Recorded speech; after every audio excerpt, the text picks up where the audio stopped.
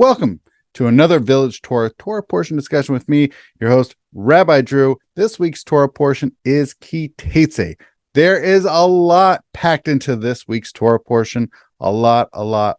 In fact, we could probably do Village Torah discussions throughout the rest of the entire year just on this week's Torah portion. It is jam-packed, but we're going to do just one today, and perhaps next year we can get into one of the many dozens of topics we could discuss in the future. But we're going to pick just one, and that is something that probably occurs here, if not on a daily basis, certainly I'm sure a weekly basis, something that happens in a lot of our lives, which is returning lost objects. In the first 4 verses here, in the 22nd chapter of Deuteronomy, we encounter this: if you see your fellow Israelites' ox or sheep gone astray, do not ignore it. You must take it back to your peer. If your fellow Israelite does not live near you, or you do not know who the owner is, you shall bring it home, and it shall remain with you until your peer claims it. Then you shall give it back. You shall do the same with that person's donkey. You shall do the same with that person's garment. And so too shall you do with anything that your fellow Israelite loses and you find. You must not remain indifferent. If you see your fellow Israelite's donkey or ox fallen on the road, do not ignore it. You must raise it together. As you can imagine, this is quite fascinating and quite relevant to all of our lives. Sure, we may not have livestock or other animals of ours wandering about on the roads, streets, fields, or wherever else we may be. Although, to this day, people still put up signs for lost dogs, cats, and other animals. So this is a problem that remains contemporary to this day of lost animals.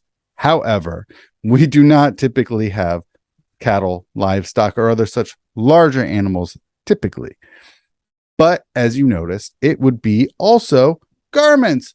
Who doesn't lose clothes, or, well, maybe not lose, but, misplace them from time to time? That could be a scarf, a hat, anything else of one's clothing. That happens all the time. Perhaps a sweater or a jacket can easily be set on a chair.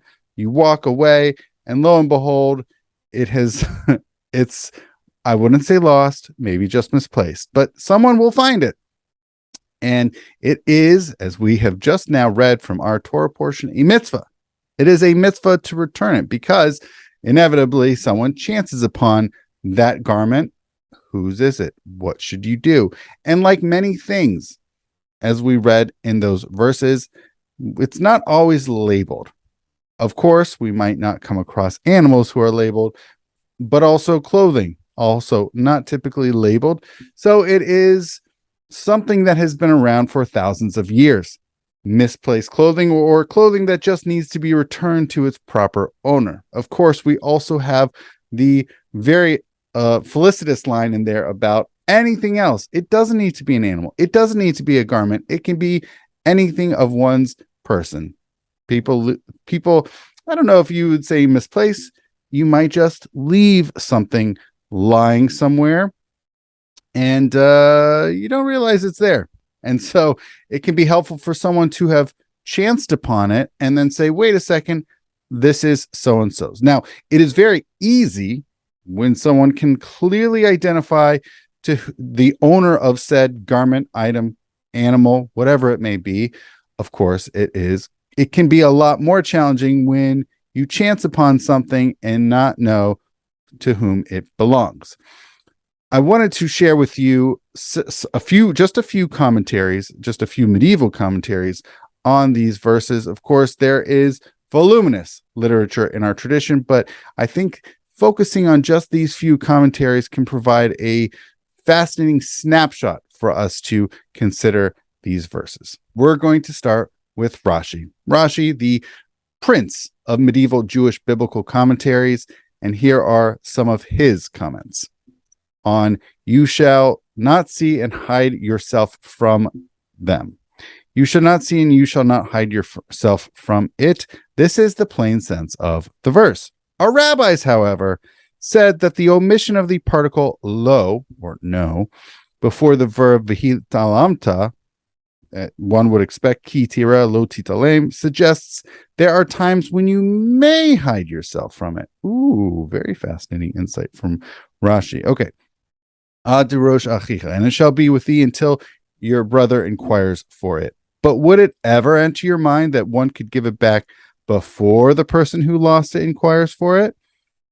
Scripture distinctly states that you do not know to whom this animal or other object belongs, but the meaning of the verse is, you shall make diligent inquiries of the person that they should not be a fraudulent claimant. Okay, you have to make sure you know to whom it belongs. Okay, and you shall restore it to this person. It is necessary that there be some restoration, that the animal should not eat in your house to its own value and claim this is from the person who lost the animal. So if you take in an animal, any animal, could even be a dog, or clearly it might be something of a working nature, something like an ox or a donkey to pull something, right?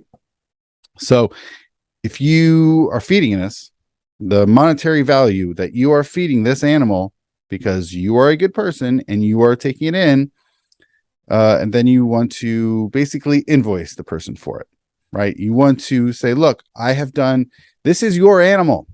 I am doing this for you because you did not have your animal during this time. I was doing a nice thing.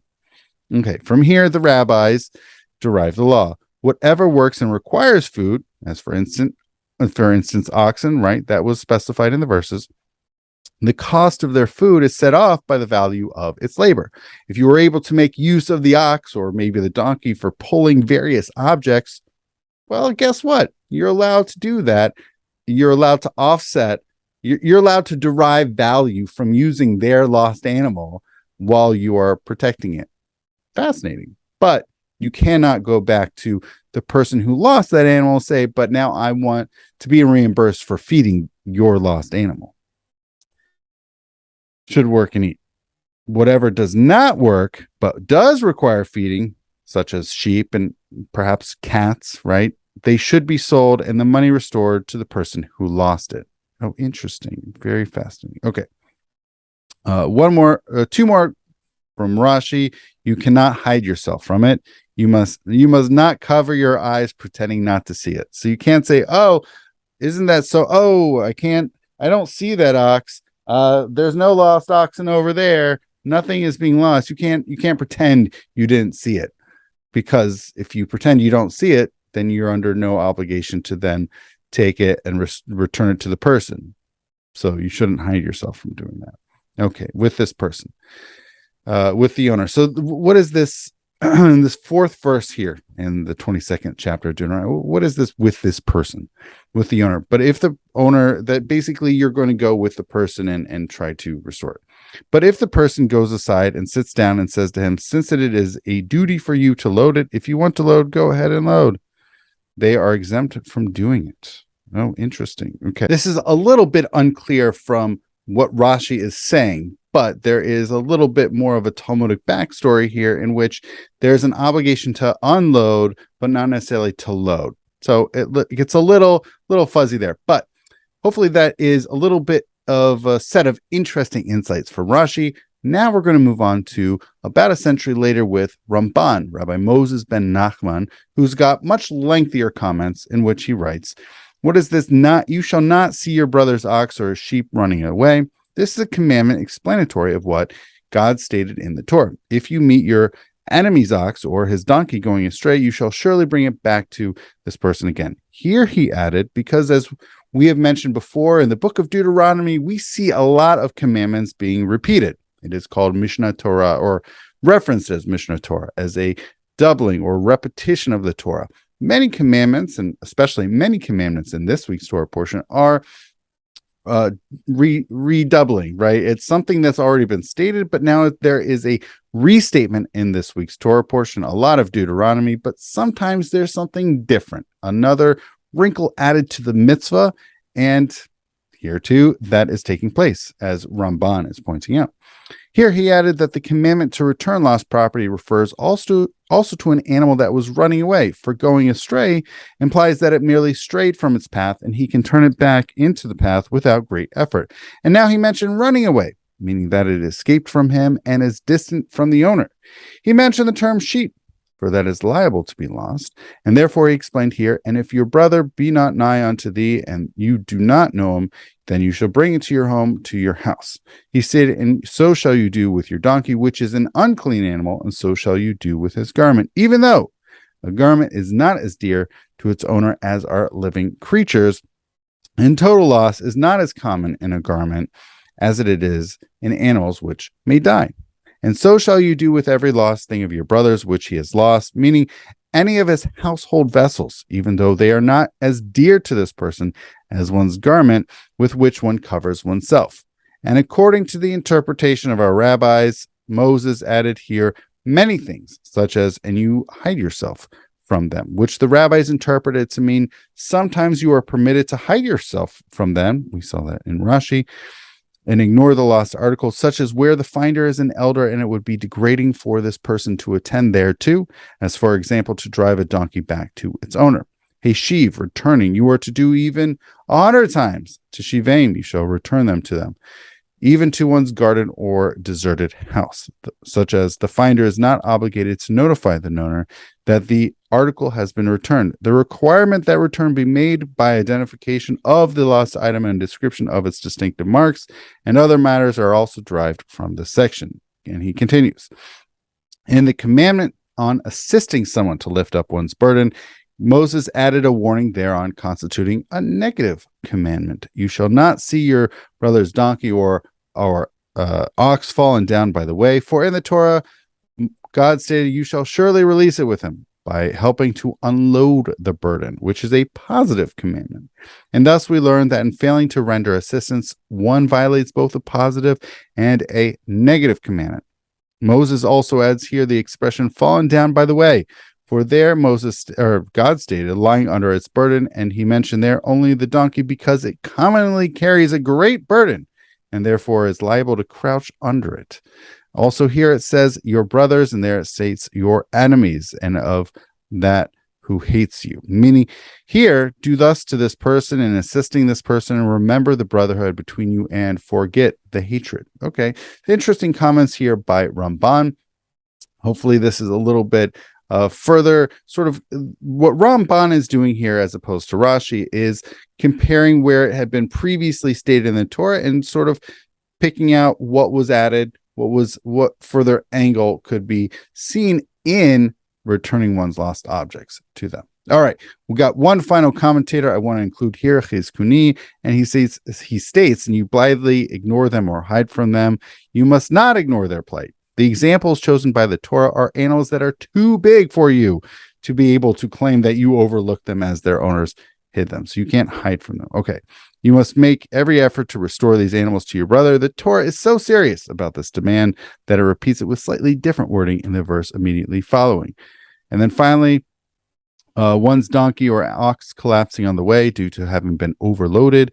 Even though the owner is someone who hates you, you must not ignore this, but assist them in helping the animal to get up. We have some interesting aspects going on here with lost objects. Again, here in our building, I don't think that we typically encounter lost animals. First of all, we have no oxen, no donkeys here. That's true. But the occasional pet that we do have here, fortunately, I don't recall any such animals ever escaping or otherwise being lost. But should one encounter it, please know that it is indeed a mitzvah to return it to their owner. That's a mitzvah. That's wonderful. Lost garments, however, perhaps are quite more of a frequently occurring opportunity to perform this mitzvah. You see someone's sweater, you see someone's jacket, excellent opportunity to return it to them. And finally, other objects as well. Who knows? It could be a cane, it could be a hat. Although hat's a garment, but it could be any particular item of a fellow neighbor here. And one of the things that was not explicit here in our verses in Deuteronomy, but were referenced by the commentators as referring earlier in the Torah, it even applies to someone you hate. So hopefully everybody here enjoys and appreciates the kind neighborliness of everybody else. But should there be, I don't know, it can happen. Maybe there's a little bit of a riff between you and a fellow resident here. But even then, it is still a mitzvah to return said lost object to them. So hopefully this was insightful. Hopefully this was informative. And yes, there is absolutely a mitzvah to return objects, lost objects, to your neighbors, friends, enemies. And that's something that, and look, something to be very specific to here. It's certainly something that fosters a sense of community as well. So hopefully this was helpful and insightful. And with that, I want to say that all Jewish life and programming here at Majestic Care Cedar Village are due to the sponsorship and support of Jewish Home of Cincinnati. Thank you so much. And with that, I want to say thank you so much for watching, and Shabbat Shalom.